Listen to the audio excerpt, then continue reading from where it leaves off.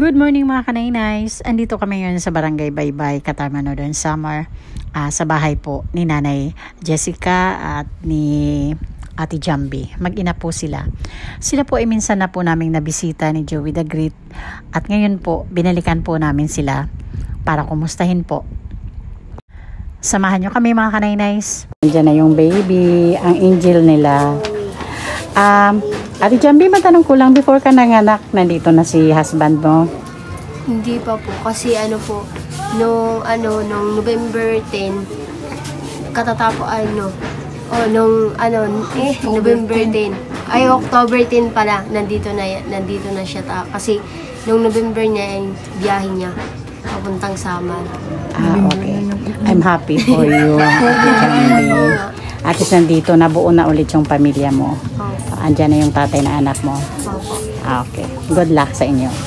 Dito naman tanong tayo kay nanay. Nanay, ilang taon na ba o ilang buwan ang last na check-up mo? Nung June ako na confine ngayong taon lang. So dapat ilang buwan ang follow-up, sabi ng doktor? Paglabas ko sa July 5, pinabalik din ako ng isang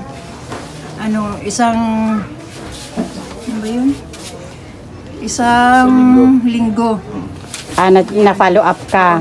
Then after that, pagkatapos nun, na-check up ka pa ulit, wala na? Hindi, kasi gusto nung doktor na, kay yun nga na hindi nagbabawas yung tubig sa katawan ko. Tapos niresitahan ulit ako ng gamot.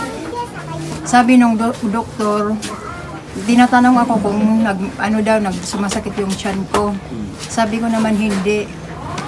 Tapos sabi niya, sige, resitahan lang muna kita ng gamot para may mainom ka. Ibig sabihin ni Doc, pag sumakit talaga na masakit yung tiyan mo, saka lang may gagawin na operasyon sa'yo? Oo. Okay po. Ano po ang saktong problema sa atay mo ang pagkakasabi ni Doc? May may bato. May bato yung atay. Okay. So, may problema ka talaga sa liver, Okay, pag nandito ka lang sa bahay, anong usually ang nararamdaman mo? Hindi pwedeng masyadong mapagod. Yan lang. Kaya pag napapagod ako masyado, yung katawan ko nag-iiba. Nangihina ka? Nangihina. Okay. So, ibig sabihin, nanay, kung may mag-abot ng pagmamahal sa'yo, anytime, pwede kang magpa-check up para ma-follow up ka. Kasi medyo matagal na yung gap, Okay. Ngayon, 5 buwan na ata ako ngayon. Na walang check up. Tapos yung gamot na dati mo pang iniinom, yung pa din iniinom mo. Oo. Kasi yung pagkakaalam ko kasi, yung mga gamot na iniinom, may yan kung ilang months lang, tapos follow up din. Titingnan ng doktor kung kailangan palitan na yung gamot na iniinom mo. Wala naman silang sinabi sa akin. Kasi wala kang ang check up po.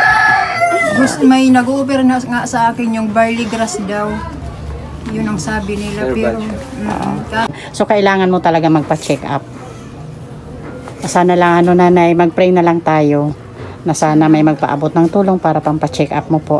Kay dati yung ko dito, ito hindi talaga normal yung ng tiyan mo, nay. Kasi sa liit ng katawan mo, compare sa tiyan mo, hindi talaga normal yung dati may dito, may bilog, nandito yan dati. Ngayon nandito na siya. Okay. Parang umakyat sa taas. Umakyat na sa taas. Sige, nanay, yun lang. Magdasal na lang tayo para magdadasal na lang gabi-gabi. wala namang imposible. Malay mo, bukas lang may magpaabot na ng pagmamahal sa'yo para pampa-check up mo, di po ba? Sige, yun lang. Ate Jambi, good luck. Salamat po sa inyo. Sige, bye-bye na. Salamat po sa inyo. Ingat kayo. Maraming salamat po. Mag-ingat po kayo palagi. Baby, bye-bye. Anong anak mo, ate? Lalaki po. Palagi na tayo palayaw. Nagkasakit ako. Ako sa ospital. 9 na araw. Na-confine ako sa ospital. Ano yung ng finding ng doktor sa'yo? Yung atay ko may bato. Kailangan maoperahan, kaya lang pag sumakit siya, saka lang maoperahan. Pero pag hindi naman, wala. Pala sabi ko parang buntis ka. Na-offend na. Malaki talaga siya. Oo, kaya yung paggagamot ko tuloy-tuloy pa rin. Buti meron ka na ibibiling pag-maintenance. Nanihiram. Ayan yung bigas, nanay. Mag-thank you tayo kay Sis Beth Jones. Sana makatulong sa inyo yan. Lagay ko dito kasi parang basa yung lupa. Nakakatulong Thank you, yan, Sis ma'am. Beth John, sa bigas.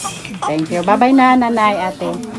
Salamat. Ingat po kayo, ma'am. Thank you. At sa ating mga butihing sponsors, Manay Tiri Anderson, Ma'am Beth Jones, Ma'am Marcelina, Ma'am Annie Haramilia, Sangkaid na Malinaw, Ma'am Joveta Bilesa Tejero, Ma'am Hayats, Ma'am Selena Barboza, Miss Kayabyab, Miss Irene Bisuelan, Ma'am Hawaii, Ma'am Janet Galvan Salazar, Ma'am Okidoki ng London, Ma'am Ima Vlogs, Ma'am Faye Velasco, and Rose Aguirre Vlogs.